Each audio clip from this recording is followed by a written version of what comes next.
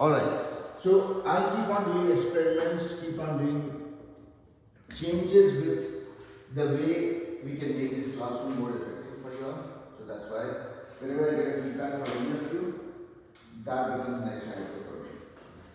So this feedback was that the sound quality is not great. That's why you are seeing me getting a little more stylish than before. I have this headset now, which will take care of the sound quality. Let me know if anyone is having any difficulty in hearing me clearly. Okay? Yeah. So good morning, everybody. Chris and Anya, is anything not working with the video for you guys? Not working. Okay, both of you are okay. Alright. So it's only Vinanshi and me in person. Both of you are dealing with only this audio. That's okay. As long as you can hear me and see the board, okay, it should be fine. There's one thing that must be bothering you guys, that how long we'll continue discussing about limits. And that's a question that is bothering me too. Right? We're not seeing the actual flavor of calculus yet. We are not talking about differentiation, we are not talking about integration, whatnot, right? And we have not used the power of calculus yet. And this wave is about to get over. What I mean by that is, probably one more class after today's class will help us get done with this limit solver. And this apparently is the largest unit in the whole syllabus of calculus. Okay, so that's why it's taking time. Because this is laying the foundation for calculus for us. So in today's class, so far we have talked about continuity, we have talked about what do you mean by limit existing, not existing, how do you deal with algebraic properties of functions and limits. We talked about what do you mean by limit out of bounds, whatnot, right? And then we also talked about certain tricks and techniques around finding out limits. Now in today's class, we are going to look at two key things. One is called finding limits at a point or finding continuity at a point. Okay? Not limit at a point. Finding continuity at a point and finding continuity in a given interval. And good thing is, these are the concepts that you will be able to relate to very well because this is something that we have done before. Let me, before I proceed further, one more thing to add to it. There is some more new concepts that you come across, like open intervals and closed intervals for finding out continuity. Has anybody in the class heard about open and closed intervals for finding continuity? Kind of. Let's see what Vedasi recalls. Because you guys speak better English than I do. So let's hear Vedasi's idea first. Right.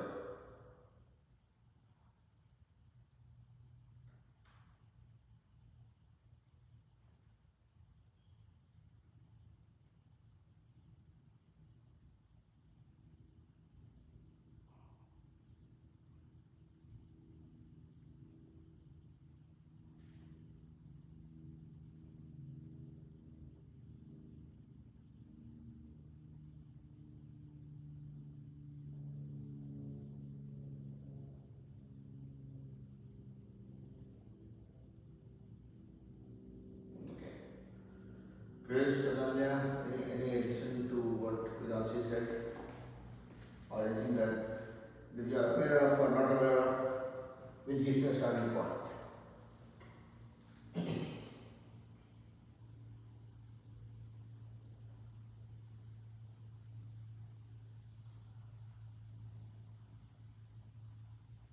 Okay.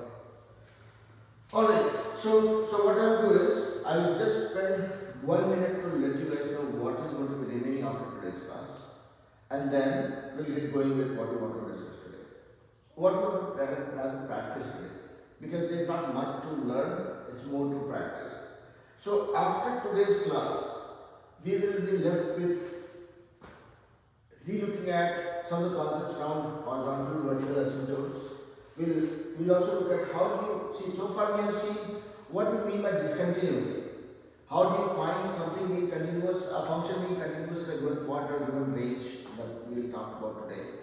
But we'll also talk about how do you remove discontinuities, so from a function. So that will be like, so far we were diagnosing the problem. Now we talk about remediation of the problem as well. So that removing discontinuity is one thing that we'll talk about in the next class, not today. And then we'll talk about horizontal, vertical asymptotes. And there is a new, an interesting theorem which is called intermediate value theorem. Have you guys heard about it before? A little bit. So Vedanta is already kind of getting tired of me, that's okay. Treat this as an opportunity for revision. That will make sure that we look at the entire pattern of continuity as a one bundle, and then we'll move on to the next unit after 2 classes. So today, our next class is what is holding us to this unit. After that, we'll move on to the second unit, and we can enjoy the sigh of relief that finally the first unit is over. Okay. So today we'll talk about primarily 2 things, as I mentioned in the group also. And those are defining continuity at a point and confirming discontinuity or confirming continuity for a given interval. So, if I say continuity at a point, what does it mean actually? If I say the function, let's find out the continuity of this function f of x when x is equal to 3. What does it mean to us? Practically, mathematically, algebraically, whichever we want to use it. What does continuity of a function at a point mean? And think of a more realistic scenario rather than being very mathematical. Yes, with us.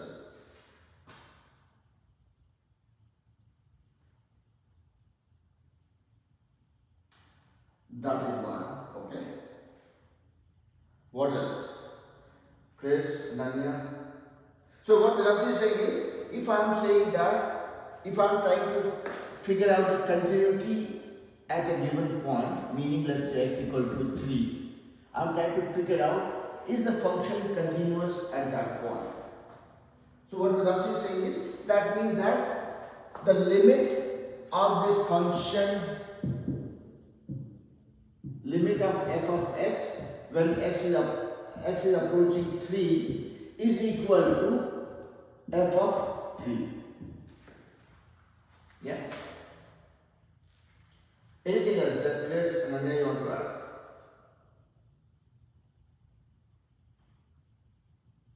F of 3 has to exist. Yeah, that is another way of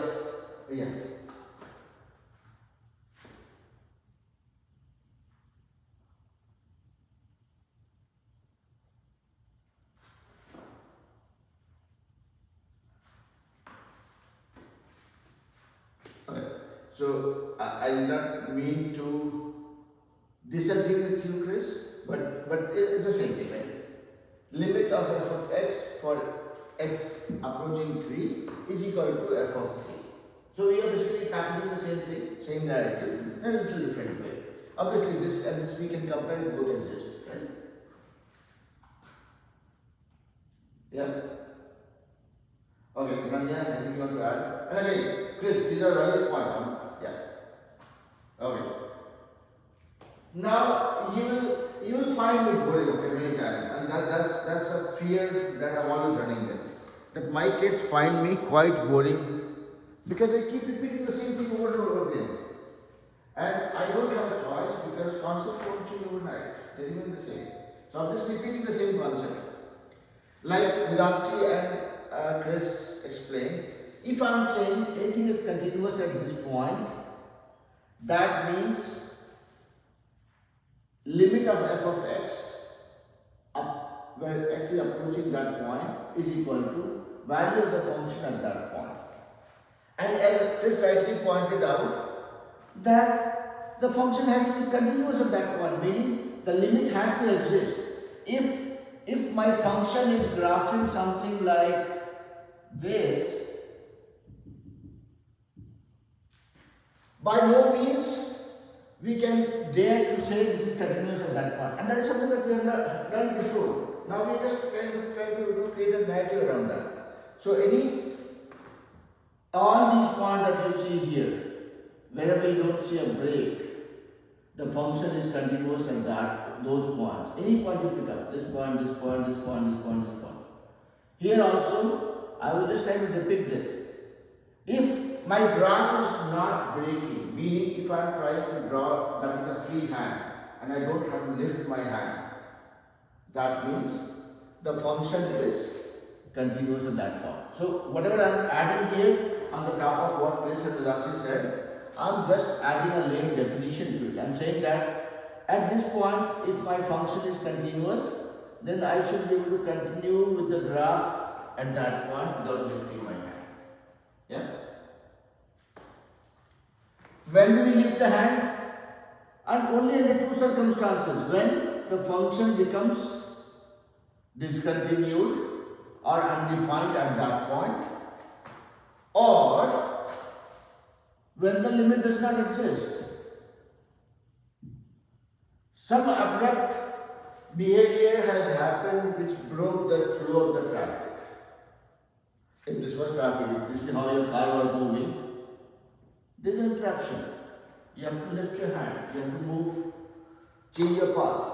So that is I would not say that's $1 million addition to what Vilansi and Chris said, but just another way of looking at it. Another thing that you can, again, and we are again continuing with the same narrative, we are not adding anything more.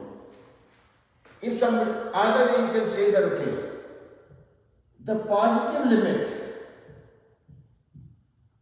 or left side limit, sorry, this is not positive, this is negative limit, or the left limit from the left side and limit from the right side or one-sided limits, right? Or for both the sided limits, value of the negative limits or left side limit and value of the positive limit or right side limit is equal to value of the function at that point. This is another addition that you can add. And why I am doing that? Because that will help us when we go to the next theory. Okay? So, in simple terms, if you are talking about continuity at a given point, it simply means that you don't have to lift your finger while drawing the graph, or you don't have to lift your pencil for drawing the graph. Second thing is, mathematically you will say the limit, the two-sided limit of the function at that given point will be equal to value of the function, or negative limit and positive limit of the function will be equal to value of the function as well at the given point. Okay. So this is with respect to continuity at a point. Now, what about deriving continuity for a given interval? And it's no brainer, right? I mean, you will say, so why are we wasting time here? These are things that we already know. If I'm talking about continuity for a given interval, let's say my interval is here -1, -2, -3, -4. 1, 2, 3, 4. Let's say I play with this little bit.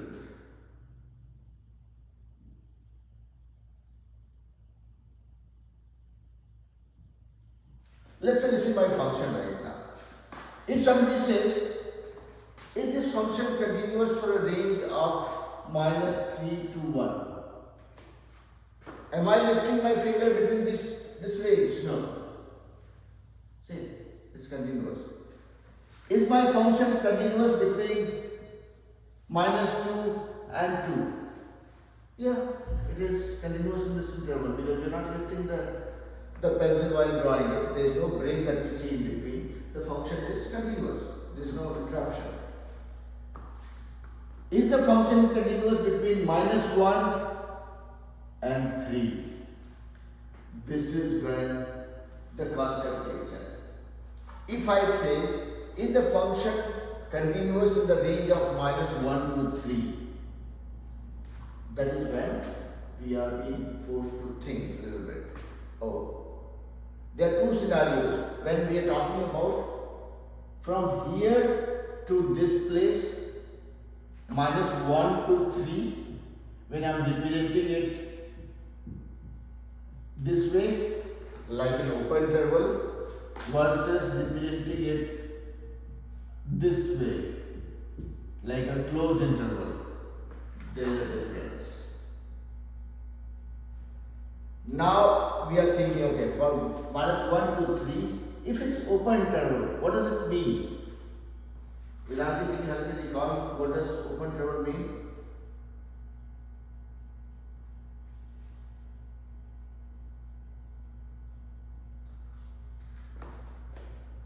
Exactly. So this is, you can represent it like this.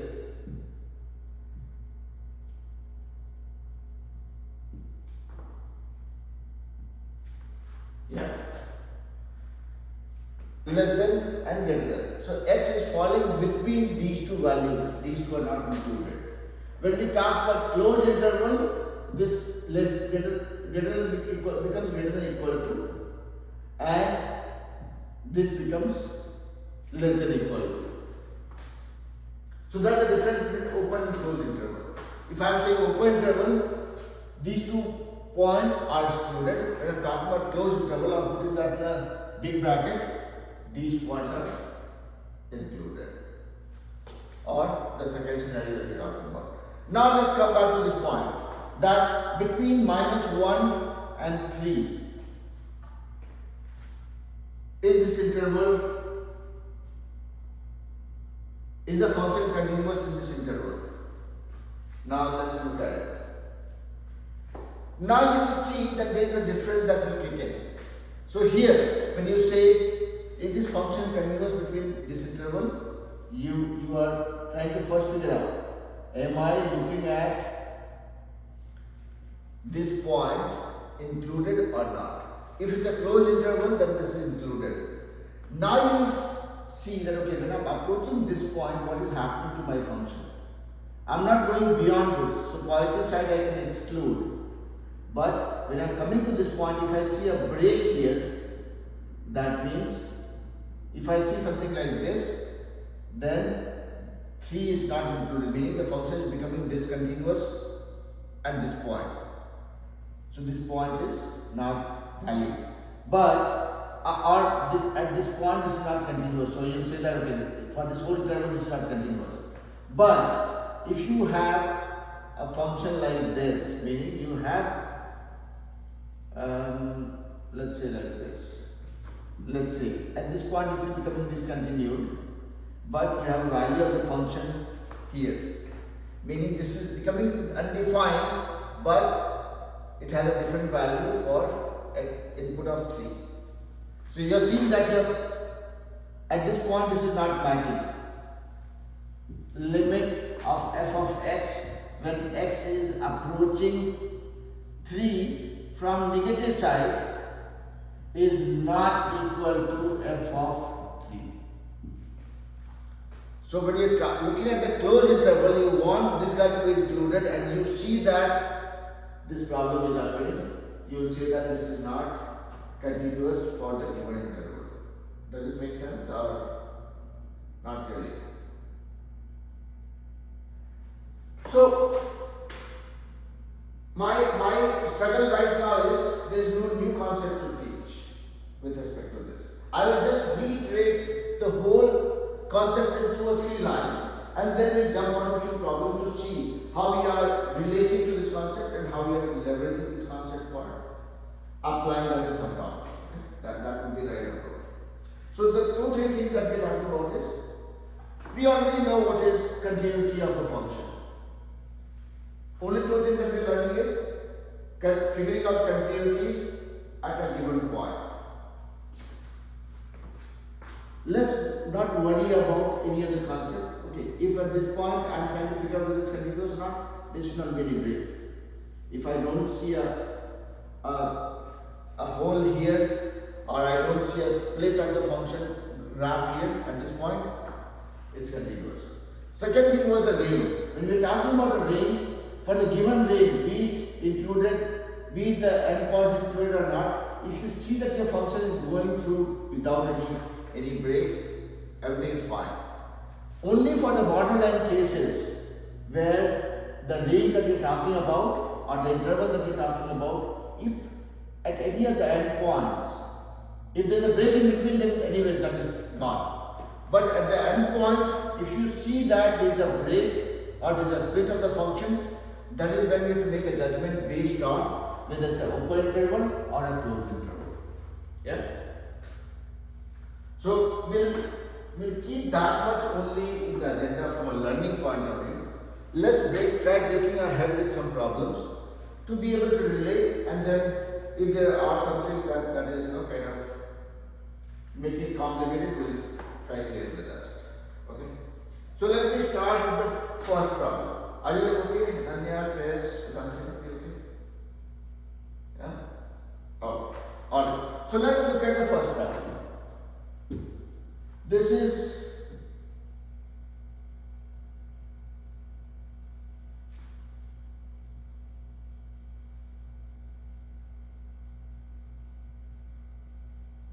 I'm trying to depict a break here. Okay? So this point is 3, 2, 1. This is minus 1, minus 2, minus 3. This is minus 5. Okay. And the function that you are seeing is y equal to h of x. So the graph that is drawn here is representing y equal to h of x. It says select all the correct statement about h at x equal to minus 1. So this is where it is minus 1. It says select all the correct statements about h at x equal to minus 1. And it is requiring us to choose all the answers that apply. So we cannot stop when we find one valid answer. If there are more than one, we have to weigh all the options. First one says, first option is saying both limit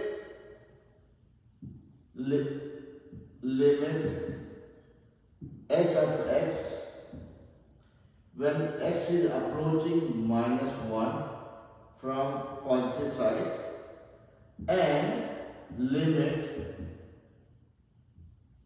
h of x when x is approaching minus 1 from negative side exists.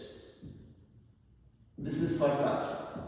Second option is limit, it just says limit x approaching minus 1, h of x exists. Okay, this exists. Option C says h is defined at x equal to minus 1. H is defined at x equal to minus 1. Option D is h is continuous, and option E is none of the above.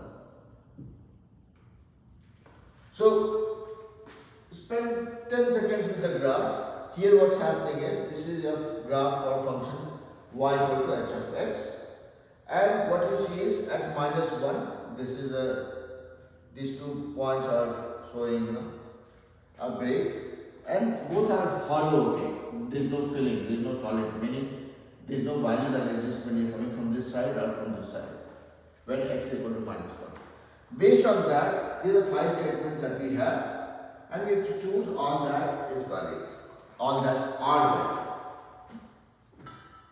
And the first option is limit of h of x when x is approaching minus 1 from positive side and x approaching minus 1 from negative side exists. Second one, limit exists when x is approaching minus 1.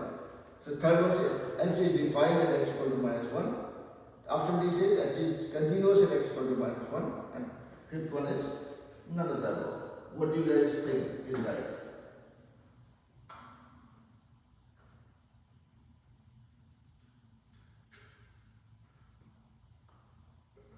Yeah. So not false. You have to just select all that are true. From A to E, all the 5 options we have, you have to select all that are valid for this function based on this graph.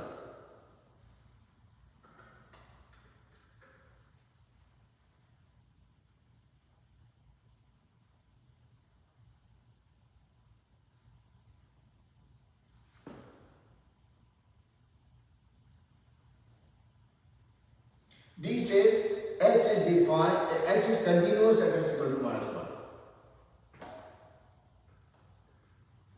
C says H is defined at x equal to -1. D says H is continuous at x equal to -1.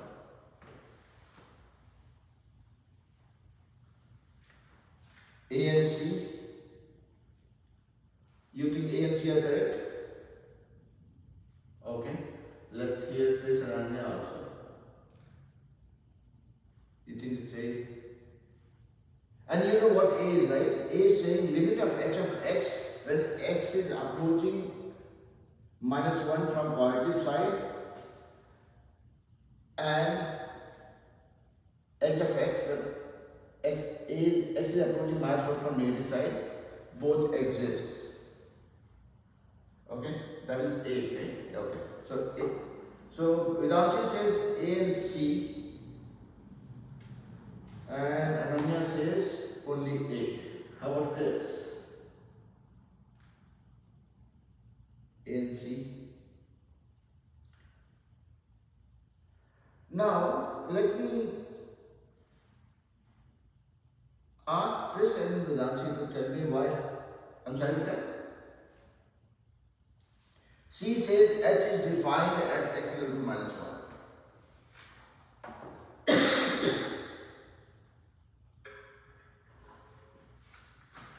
Okay, so let me ask Vedanshi and Chris, what do you mean by a function being defined at x equal to -1?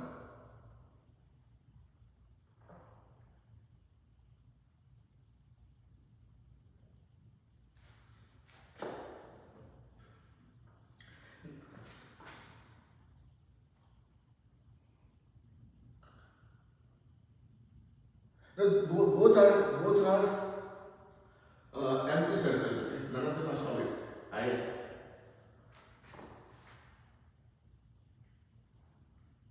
Okay. Now tell me this. If I ever say that a function is defined at a value of x, what does it mean? My limit at that point has only one value, that is meeting this one. I'm not even looking at positive side or negative side. Limit of the function or two-sided function is equal to value of the function. Here in this case, would I ever have that as a scenario? I will actually rule out this option at this point. When I'm seeing a break simply breaks all the possibility of function being continuous at that point. If the function is not continuous at that point, forget about something being defined or something being continuous at that point. Yeah? So defined and continuous are the same thing. I mean, that's how I will interpret it, right? Because, I mean, it is just reverse of undefined, right? Why we are talking about discontinuity? Because the function is undefined at that point.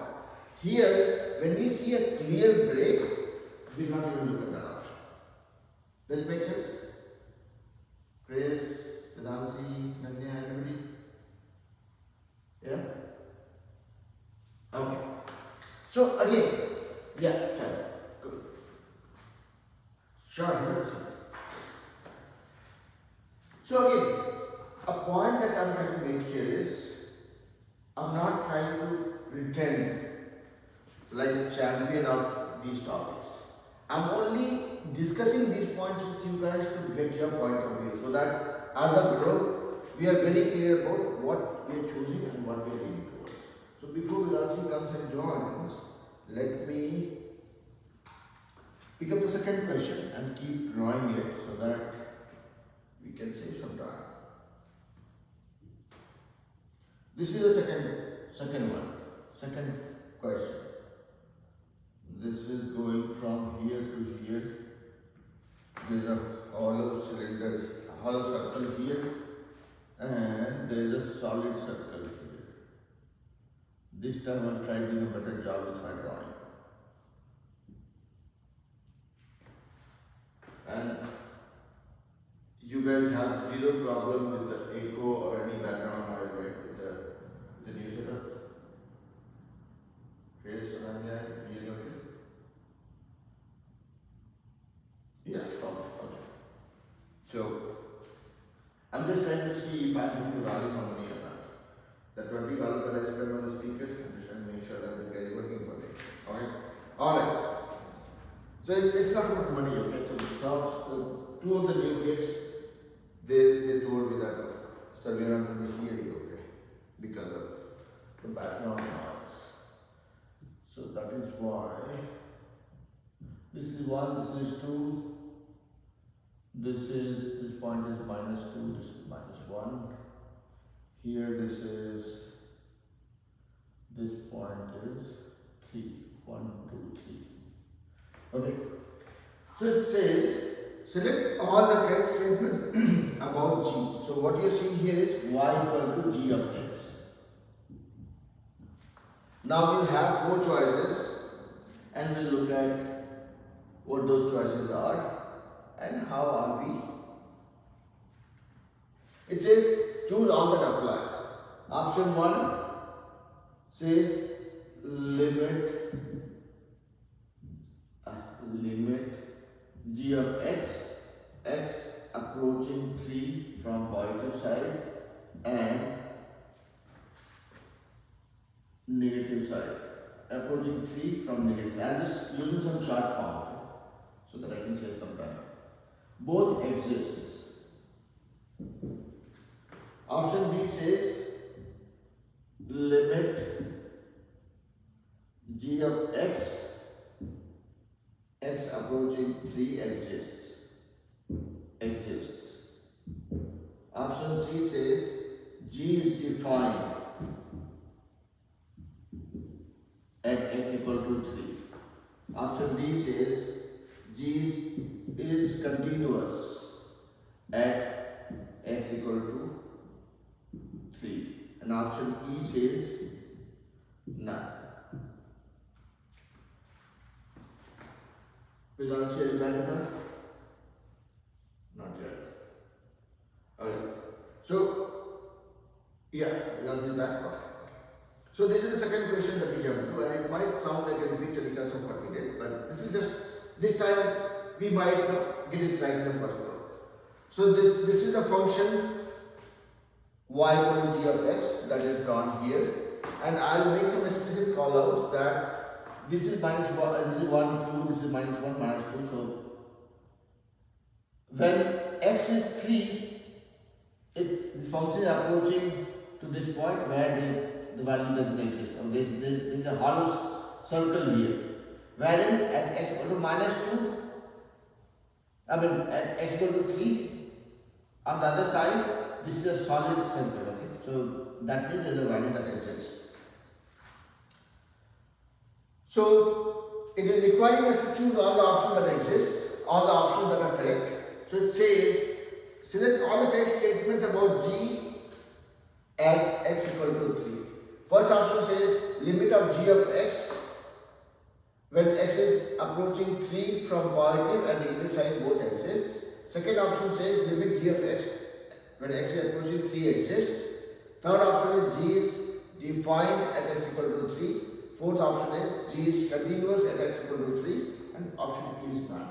And you have to choose all that seems right given the scenario. A and C. Okay.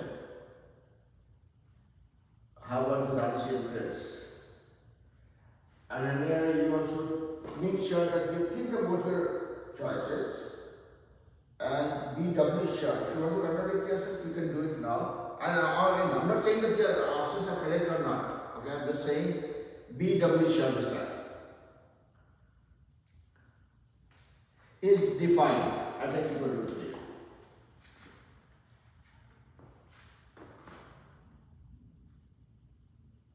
One is, yeah, from the left hand side it's an open circle, from right hand side it's a closed circle. What is the option D is G is continuous at x equal to 3. You also think it's A and C, okay?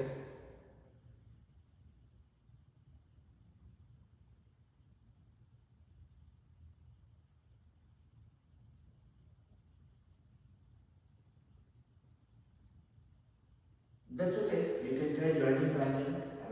After, yeah. So, Chris, what do you think? Both. C says G is defined at x equal to 3. D says G is continuous at x equal to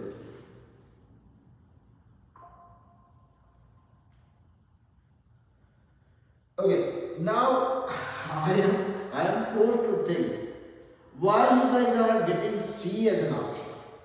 G is defined at x equal to 3. Whenever we see G's or any function defined at that point without saying right side or left side, without saying positive or negative side, I clearly see this is breaking at this point, meaning this function becomes discontinued here. If the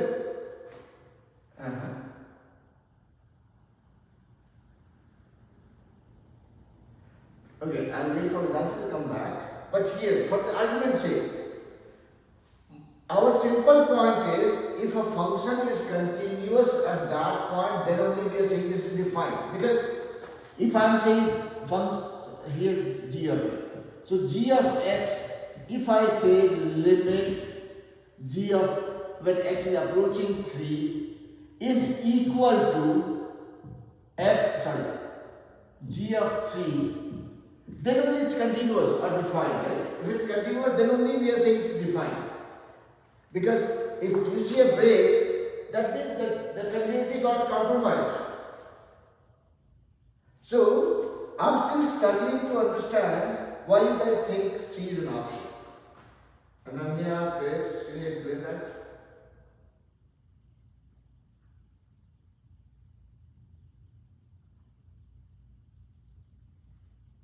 No, but f of 3 has, see, I'm not looking at positive side or negative side.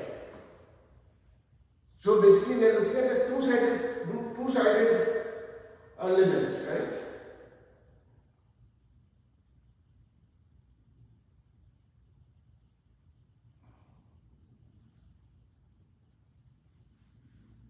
F of 3 is okay. No, okay, no, you are making me think.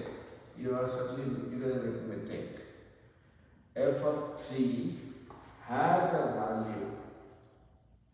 Okay, no, I get it. Yeah, no, I agree. This argument is valid. Yeah.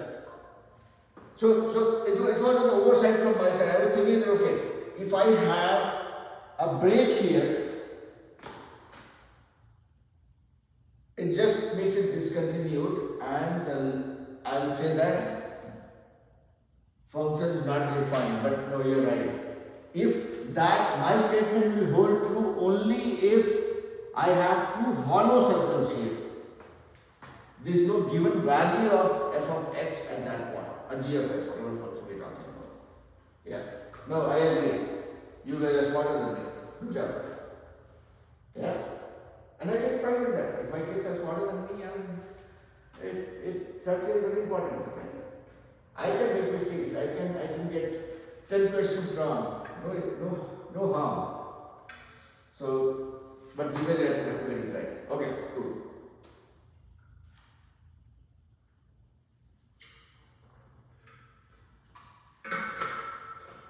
Alright. So, we are all on the same page. Let's go to the next problem then. Now this time, it will look more like a mathematical problem than anything to do with the graph. This one says, come on, g of x is defined as sine of x for x is less than 0, and it is defined as x squared for x is greater than or equal to 0. It is asking, is G continuous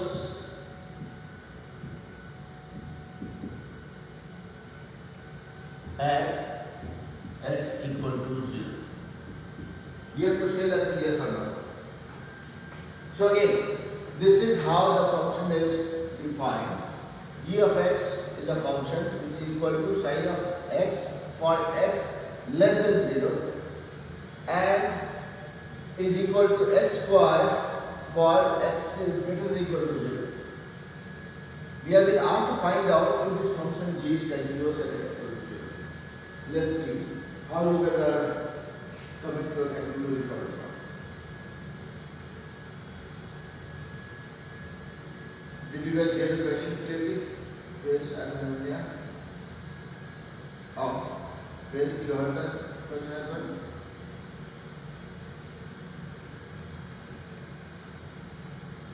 Yeah, it's asking, is the function g continuous at x equal to 0? So let's see how you guys are breaking it down and which conclusion you are arriving at.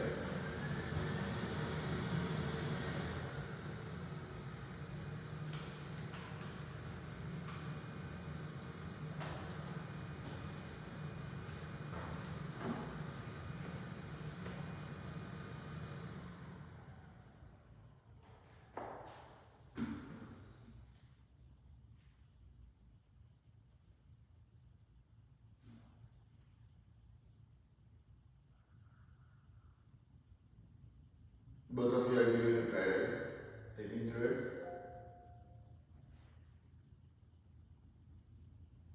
And then just both of you are trying, right? I'm just waiting for you guys to give your responses. So, just trying to make sure that there's no confusion. Sorry, that? Okay. I'll come to you to explain me why you think so, but I'll let Chris also complete his chain of thought first. Amazing. I loved it. So now we have two kids with two different points of view, and I'm sure both have some reasoning around it. So let's start with Ananya. So Ananya, why do you think it's continuous?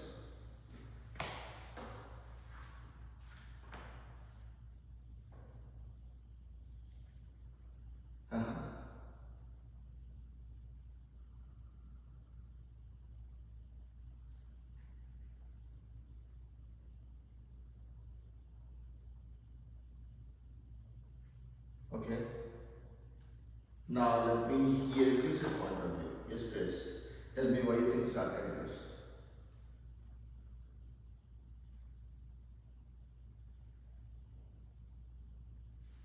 So this is x squared. It is x squared. Okay. Yeah. So okay. So then we are on the same page. I mean, at least you both are on the same page. I'm not. So let me look at it in a very simple way. If I look at this function definition, right? G of x is equal to sine of x when x is less than 0. Less than 0. 0 is not going to be great. And g of x is x squared when x is greater than or equal to 0. So here, let's find out the limit of g of x when x is approaching 0 from a positive side. When x is approaching 0 from positive side, it is x squared. 0 squared, which is 0. Okay? So this is 0. Now let's look at g of x when x is approaching 0 from negative side, meaning when x is less than 0. So this becomes limit of g of x when x is approaching 0 from negative side. This is when it will be sine of x or sine of 0. Sine 0 is 0, so this is, these two are same. So if I visualize that in a graph, I'm looking at something like this. Okay, I'm just making it up. At this point, both are approaching this point the same way, 0. Both are approaching 0 only. Now, whether this is a solid circle or a hollow circle, that is what we'll figure out. And that we can figure out when we plug x equal to 0. When x is equal to 0, then the second statement holds true. When I put that value, meaning g of 0 when we are trying to find out, we'll go for the second scenario. When x is 0, 0 squared, it is again 0. So my limit of g of x when x is approaching 0, because we are looking at the positive and negative side both approaching same point, so we can say it's a two-sided limit, is equal to g of 0. So we don't feel a need for lifting our pencil while drawing this graph on the coordinate plane, meaning there is no discontinuity, there is no break. So that's why we can safely assume that this is continuous at x equal to 0. While I took a little longer to explain this whole thing, but the simple concept here is we are looking at the limit at that point and looking at the value of the function at that point. If the function is defined from this we form 0, 0 is defined. We have problem when we divide something by 0, that is when it becomes undefined. So there is no problem with the continuity. Just the value is 0. Value within 0 is it's okay. It's like being poor is not a crime, right? It's okay. It's fine. There's no discontinuity here. Alright? So, both of you okay? Vedansi probably is still trying to solve the problem. Let me put one more question, and that will probably be the last question for today's class. Let's see how we are dealing with this. And this time, I'm hoping, that's like a wish come true for me. I'm just trying to make sure that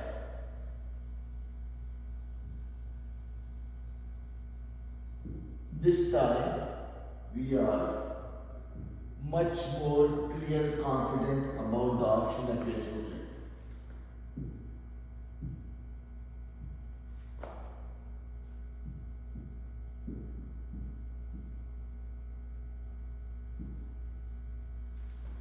This is for x is less than -3, and this is for x is greater than equal to -3 and less than 3.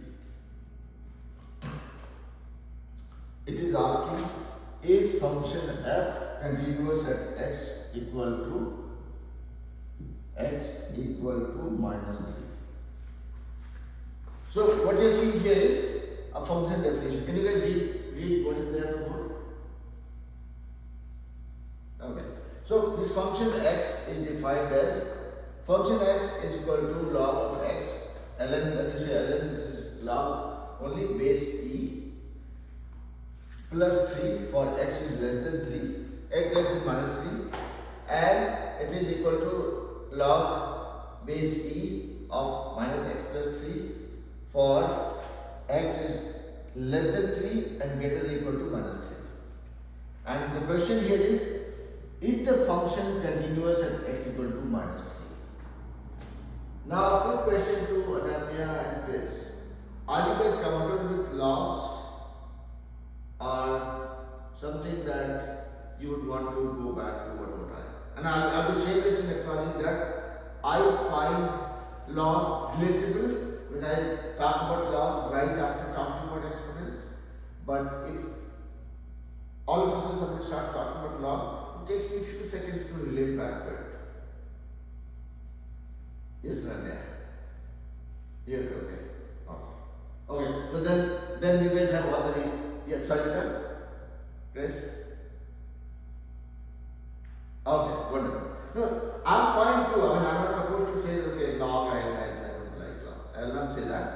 But what happens to me is my brain processes a little bit slower than your brains. Right? Your brains are much younger than mine.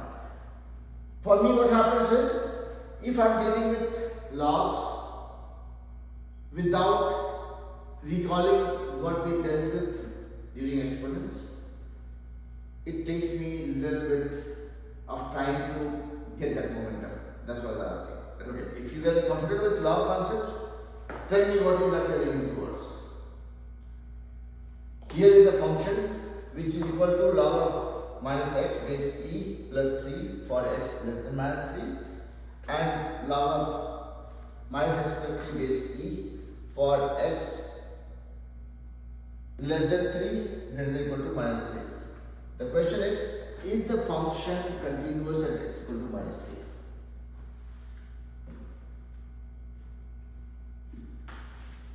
And tell me what is going in your mind right now.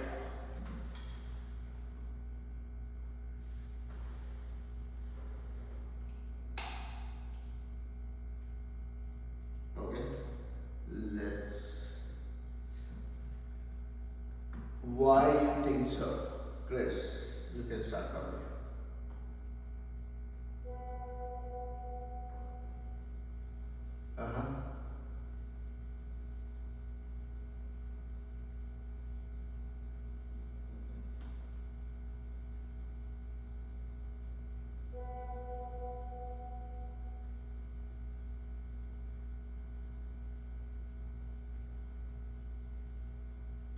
Natural log of minus 6, right? Not 6.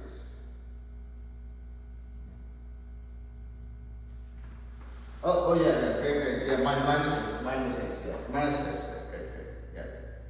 So it's very simple, right? So while this one looks a little complicated, and I was trying to scare you guys by helping you recall or relate to what logs we're talking about. Simple thing. This is my function, and this is minus 3. This is minus 3. What is happening when I am going from negative side, and what is happening when I am going from positive side? And here, when I am going from negative side, when x is less than minus 3, this is natural log of minus into minus 3. So plus 3, plus 3.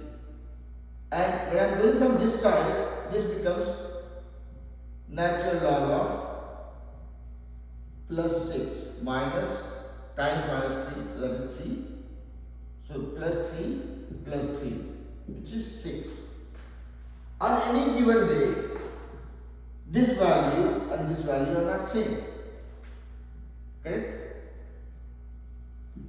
Here we are talking about log of 3 plus 3. Here we are talking about log of 6. This is not the same thing. And I'm not going to explain why, right? When you will already know it. So that is why, no matter how complicated the question looks, you guys already, as long as we are clear about what does continuity mean, what does discontinuity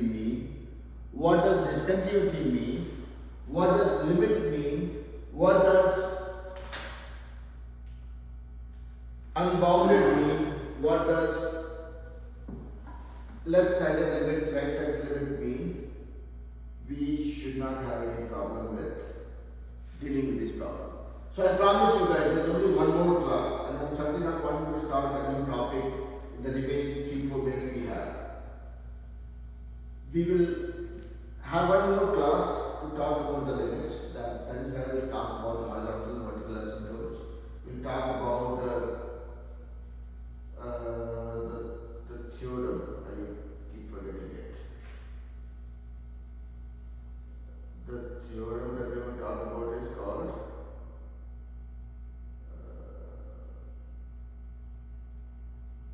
intermediate value theorem. So we'll talk about that in next class, and then that will complete our first unit, and then we'll move on to the next unit, which is nothing but the next unit will be more around some of the core concepts of calculus, which is differentiation. So we'll start getting into the groups of actual calculus. So far we were doing what you call warm up. So one more class and then we'll jump on to the fun that comes with calculus. Is everybody okay so far, or something concerning that you would want to bring up before we wrap up for today? No? Okay. Chris, your turn now? Okay. Alright, so have fun then. We'll meet you guys next class. So one more class with limits and then we will cross the limits. Alright, have fun. Bye. Bye.